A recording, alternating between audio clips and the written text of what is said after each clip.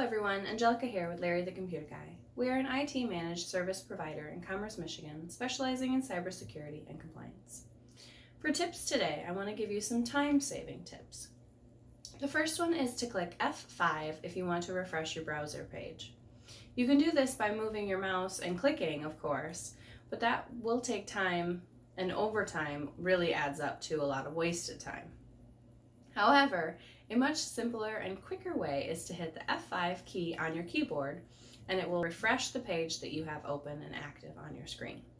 The second tip is to get a second monitor. I know from my experience, the second monitor has been a lifesaver.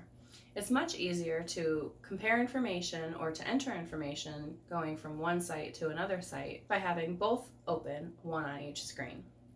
So I highly recommend a second monitor to save you time.